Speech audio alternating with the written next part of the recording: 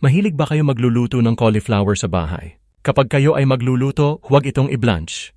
Huwag din gawing masyadong mamantika.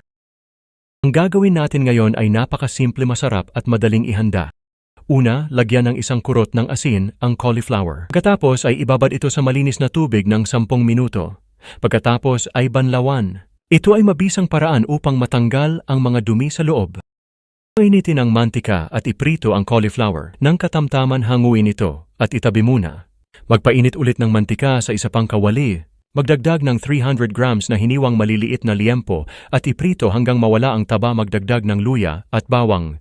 Igisa ang sili para maglabas ng maanghang na amoy. 1 kutsara ng bean paste, 1 kutsara ng toyo, tamang dami ng oyster sauce, pampalasang chicken bouillon at asukal. Pagkatapos ay idagdag ang cauliflower at igisa ng pantay. Panghuli, idagdag ang dahon ng bawang o dahon ng sibuyas, pampadagdag ng kulay. Bahagyang lakasan ng apoy at mabilisang igisa ng 2 o 3 minuto.